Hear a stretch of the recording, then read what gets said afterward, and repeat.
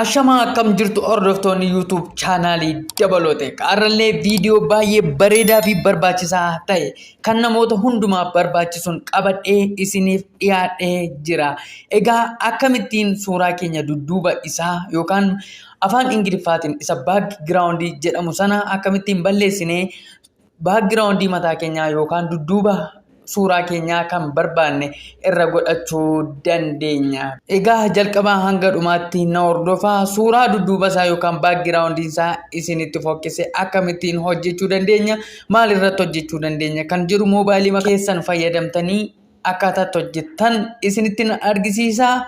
Egaa chaanaalii kanaaf maatii hin taane yoo ta'e sekendii muraasa isinitti fudhatteetii iddoo laayik jettu kanarraa tuquudhaan yaadaa fi gaaffii yoo qabaatan iddoo add comment jedhu kanarratti barreessuudhaan namoota biroo akka qaqqabuuf illee sheer gochuudhaan iddoo subscribe jettu kanarraa tuquudhaan maatii ta'uudhaan viidiyoon yeroo yerootti gadhiisu dafee akka isin qaqqabuuf achumarraa tuquudhaan iddoo all jedhu kanarra kaa'uudhaan viidiyoo yeroo yerootti gadhiisu akka isin qaqqabu gochuu dandeessuun isiniin jedha.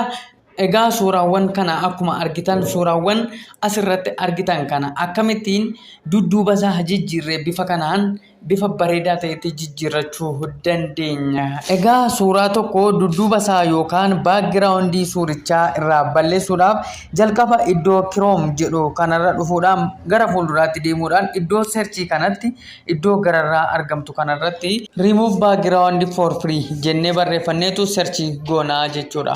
Innis battaluma searchii gooneen barreeffamoota hedduu nuuf fida.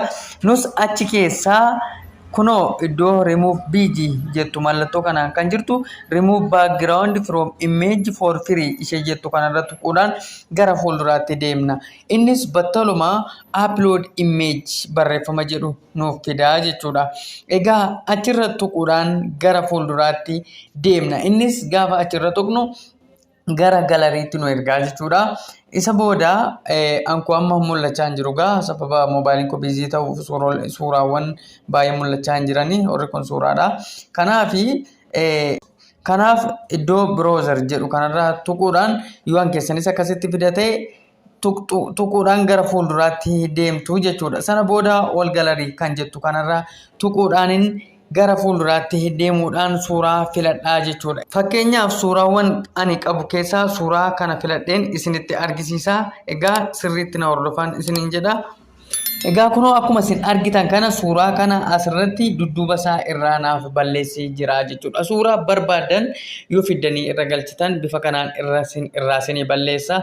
Viidiyoo suuraa kana gaa asuma irratti editii gochuu yoo barbaadan yookaan baakgiraawundii isaa kana kan biraa itti jijjiirrachuu yoo barbaadan ni dandeessu jechuudha. Fakkeenyaaf suuraa kana ofii keessanii baakgiraawundii bareedaa moobaayilii keessan keessaa qabdu yoo ta'e suuraa isaa bifa kanaan editii godhachuu dandeessu. Yoo barbaadan immoo onlaayinii irratti kan onlaayiniin qopheesse waan jiruuf kan onlaayinii irraa fayyadamuu dandeessu. Fakkeenyaaf add baakgiraawundii jechuudhaan gara fuulduraatti yoo deemne baakgiraawundii ofiisaatii kan onlaayinii irra jiru kana baakgiraawundii onlaayinii irra jiru kana kan onlaayiniin ofii isaatiin baasee jiru kana fayyadamuu dandeessu.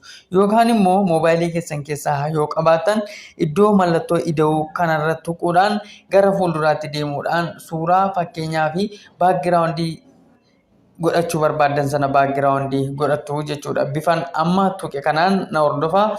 Egaa yoo suuricha qabaatan ol galarii kan jedhu yookaan lafa suurichi jirurraa tuquudhaan gara fuulduraatti deemuudhaan suuraa sana baafachuu dandeessu. Fakkeenyaaf asirratti jijjiireen isinitti argisiisa. Moobaayilii koo keessaa filadheeti kanan isinitti argisiisaa jiru.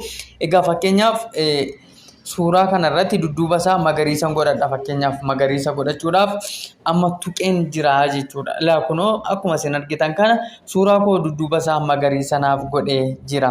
Sana booda dan jechuudhaan iddoo daawunlood jedhu kanarra tuquudhaan daawunloodii godhatu jechuudha suuraa kana.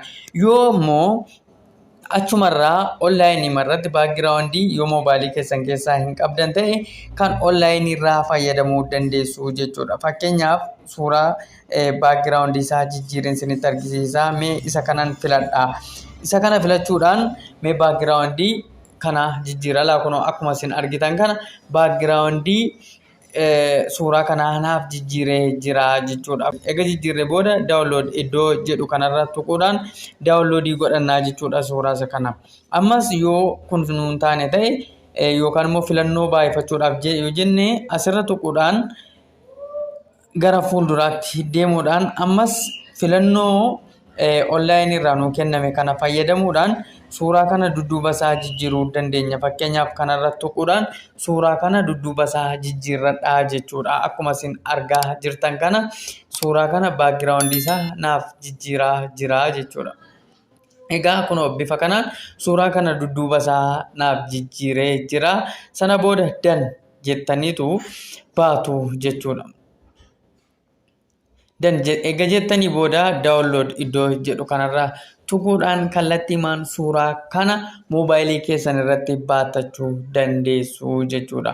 Yoommoo suuraa kana qullaama isaa background isaa osoo hin barbaadin fakkeenyaaf thumbnail fa'aa hojjechuu barbaadanii suuraa nama 2-3 ol bira kaa'uudhaaf gaafa jedhamu background kana turraa badaa jechuudha.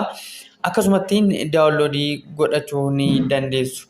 Fakkeenyaaf isammoo yeroo download gootan fakkeenyaaf KineMaster fayyadamtu yoo ta'e editidhaa fi akkasumattiin suuraa masaa duwwaa download godhattanii fayyadamuu dandeessu. Fakkeenyaaf suuraa masaa amma yaabsise kananii duwwaa masaa suuraa makoo qofa background osoo hin qabaatin download godhee isinitti argisiisa jechuudha. Egaa suuraa kana background isaa kanatti irraa badeera qullaama isaan buufadhaa jechuudha.